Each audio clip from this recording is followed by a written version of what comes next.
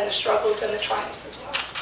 Okay, so would you speak a little bit about your first restaurant and what was the inspiration behind it, and then the process of getting to the doors open, just a little bit?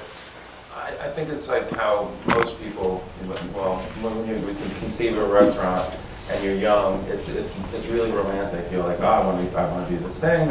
It's going to be amazing.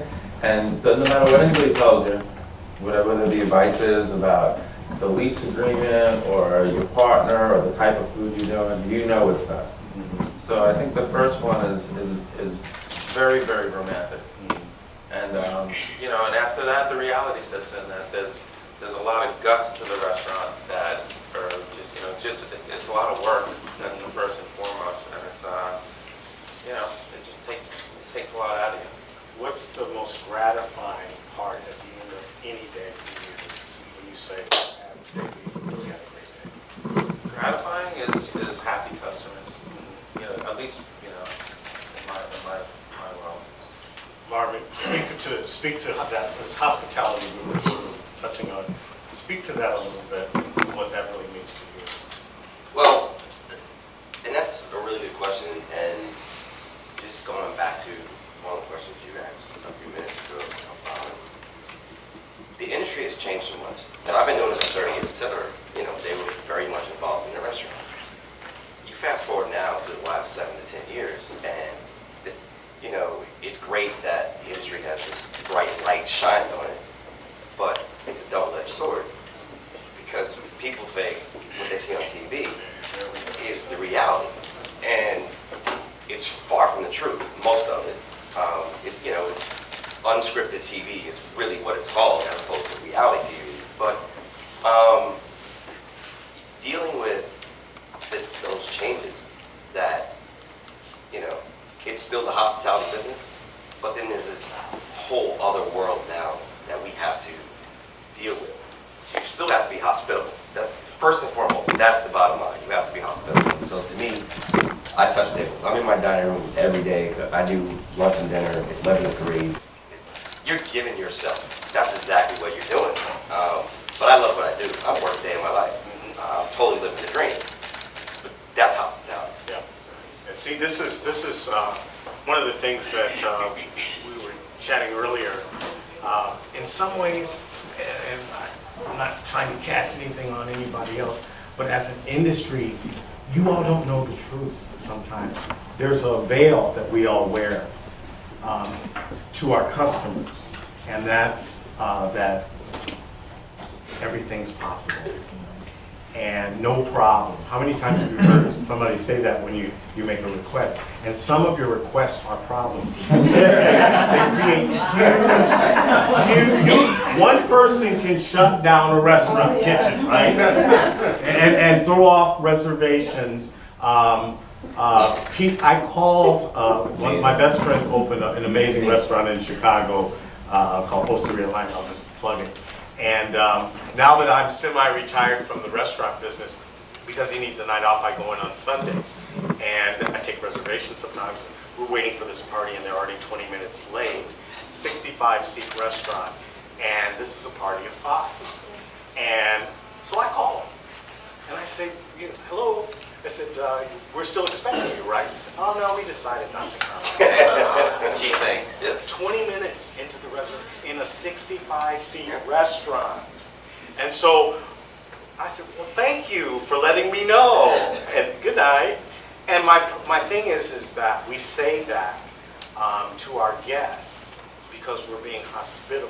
We don't want it to be, it may be a problem for us, but we don't make them a problem or make them feel like they're causing a problem.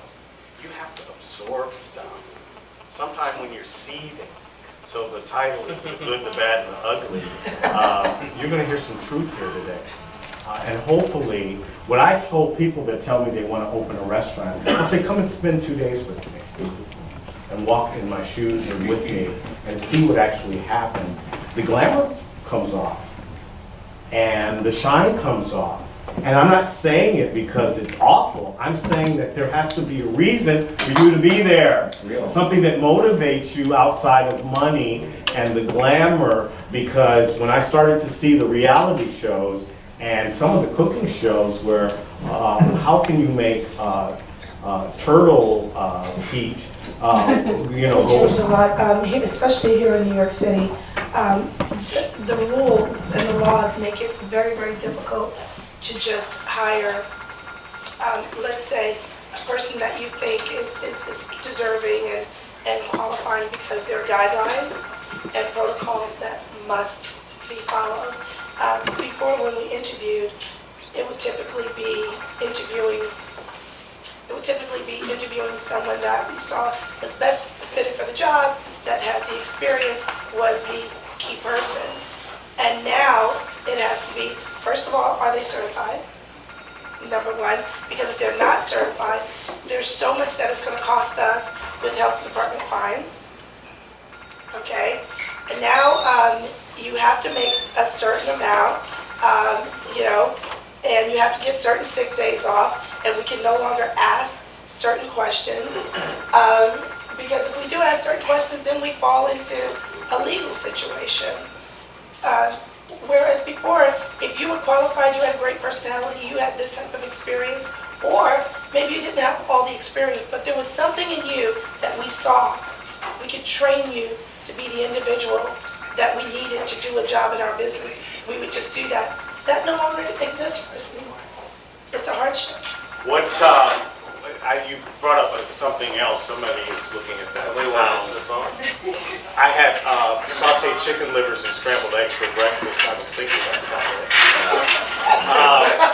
Anyway, so this whole thing of wage has caused some ripples around the country, and I've personally seen an exodus in places like San Francisco to open because restaurateurs cannot afford to pay $15 an hour.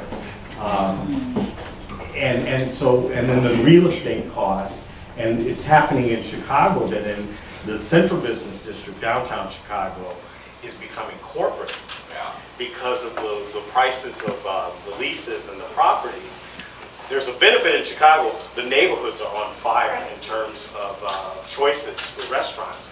But these are realities now that we didn't deal with a while back.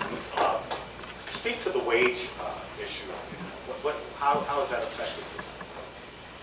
I mean, the wage issue, looking at it from both sides of the coin, it's important for the people that work for you to make enough money to sustain themselves and to have a good life, right? So I'm all for that, you know, but the repercussions of that on the business side of owning a restaurant, you know, changes how much you have to charge prices and everything. So but I mean, what you were saying before about, you know, how certain places in California and San Francisco people move to Oakland, that's the exact reason why Frank and I decided to go out to Brooklyn, because prior to that we were Manhattan, New York City chefs. Yes.